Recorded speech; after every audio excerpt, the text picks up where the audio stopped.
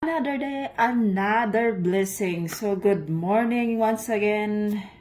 Laing buntag na usab. It's Friday. So karon is morning diri sa mga. So and nako ito bagon about sa mga issues, comment, negative feedback about Carzeko. Okay. Diri na ako na lang siyang video kay kapuyan ko mag-type daghan kayo kanang kuan. Dire ko kay direct. Direct sahan. Okay. Ang nagingon nga kini kay networking yahay pa kay na sa permiro madugay ani maskam na ni sila. Magmahay ni hilak-hilak ni sila. Nasa mga nagingon nga kini kay luoy kini sila kay ang mga ulahi nga membro kay dili maka-income. Malugi ra ang ginansya. Sige, tubak ko na tanan sa Carzeko kay naka-experience ko na, especially when we hear about networking. Okay. So ningagi sad ko ni ana sa una, nag-invested ko networking tapos ang role ato kay wala jud ko ingon nga na scam totally kay wala man ko ato nga nag-invest ko tapos wala na ko nabawi pero wala jud po sila totally nga nawala naragya po lang sila nga company and so far naragya po nakuha akong account kay lifetime membership man to. So mura ako nagpa-member pero wa jud ko nakabawi, nakadawat ra ko mga products, siguro familiar ang uban ana di na lang ko masulti kun sana. Then about sa Carzeko is yung nana sa akong perspective sa una kay syempre naka-experience na ko ingon na tapos wala ako kabawi, medyo bugat kito sa kong buot. Pero okay ra gyapon to siya kay at least nag-exist ra gyapon sila, pwede ra gyapon to siya i-continue. Pero about sa Carzeko is lahi ni siya, amo ni nakanindot nga nikaganahan ko kay first time din ako nakakita ko ani nga mga post about Carzeko. Di jud malikayan nga na ako'y doubt, nakaingon jud ko nga yun ani na sad ni mahitabo. Pero, nag-take risk ko kay ngano. Naisa nga nag-recommend ako, my very own cousin. Igagami, nag-recommend siya mo ni na. At first, na-adjud ko doubt, yes. Then, first na kong pangutana, legit ba? Tinod. Ang uban mo yung na-recommend, legit. Tanan nga networking mo, recommend na yung ana mo, offer na yung ni legit. Then, next akong pangutana sa iya is capital amount. Siyempre, investment na tay capital amount. Pag sulti niya sa kuha nga, pwede ka maka-start 500. So, ninggo ko. Kaya nga no, ang kwarta makita ra na ang opportunity pala nagsara. So, ning grab ko sa opportunity. Gitry na ko even though na ako without. Kaya kung wala ako ning sulay, dakong mahay. Yes, di ko kaabot sa karon kung nagdudara ko. So, maong happy kay ko and grateful kay ko about Carzeko kay dili ni siya paunhanay.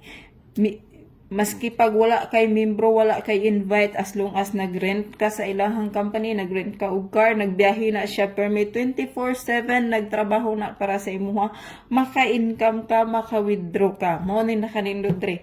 Anytime and unlimited ang income. So mao nang happy kay ko nga mag-share about Carzeko. At first dili ko gusto mag-invite kay kabalo ko sa mga negative feedback, especially sa family sides.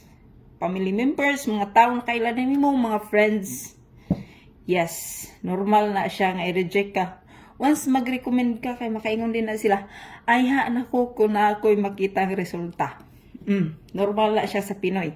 And yet, ako nag-recommend ko, nagsugod sad ko sa zero member, nag-withdraw ko twice, adisar ko nag-invite. Nag-recommend ko, na ako'y gipasulod yung mga members, kay nga no, kay natabangan ko, gusto sad nako nga matabangan sila. And so far now, ako ang team, it's growing, nagkadaghan, and happy kay ko, kay dili lang ako ang natabangan. Also, ako mga members, tapos sila po nag-generate sila. And gi-advise na ako na sa akong members sub nga, mo level up sila, kay mas diha na ako makita nga naay resulta ang ako ang gihimo nga pagtudlo sa ilaha ug pag-guide sa ilaha. So, kung sa ilahang naabot, isa ko sa nalipay kay kabahin ana. So mo nang every time nagasulti jud ko sila, congratulations, mo ni mo na appreciate nako ang ilang gibuhat kay nakita nako ang ilang pagpalingkamot sad nga naay resulta ang ako ang tudlo sa ilaha. So dili siya kansi. Nag-income ko, nakatabang ko, sila sad nag-income sila, natabangan sila. Yet na gani ko yung mga members nga mas dagko pag income sa kuha. Pero happy kay ko, nag-aim sad ko nga ingon ana ilahang abot para sa ilaha. So, yun na, tinabangay lang gid unta. Di na to na malikayan ang negative feedback, negative issues, pero wala tay mahimo kun sige ra tag duda. Wa ta gisulay, wa ta ning sulay, wala ta ning try kung unsay gyud siya. Ang kwarta makita pero ang opportunity pa nagsara. Kano sa day ka mo sabay kung wala na. Yes, maingon ka malugi na sila may ngadto-ngadto, malugi na sila, maskam na sila, mawala na nga company, okay. Ang mga dagko man gani nga kumpanya posible nga mag-bankrupt. Mo na ibutang nato sa tumutok. Pero while naa siya nag-exist, while nga nung di ta mo grab, it's an opportunity. Depende na nato kung unsaon nato, di ba? So, I was recommended Carzico for almost 5 months. Mag 5 months ko. So far na ako ay 93 members and so happy for that. And na ako ay 4 members nga naa sa bronze tier level. Yes, so proud kay ko sa ilaha.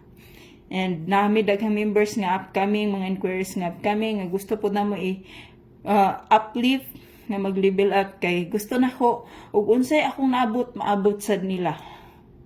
Ingon ana ako ka klase nga tawo nga. Gusto na ko nga, ug unsay akong nakaya, makaya sad nila. Siyempre, nagikan sad ko sa wala, nagikan sad ko sa zero. Mo nang gusto na ko nga idasig sila nga. Kaya ninyo na, kaya nato ni. Kay kitang tanan na at ani nga opportunity, i-grab na nato ni. Kay kung mawala ni, di okay. At least, nasulayan na to. Anara na siya ka-importante. So, thankful nga mga nagsalig sa ako and pasalamatan sa mga members na naglihok sad sila. So, padayon ta, dasig.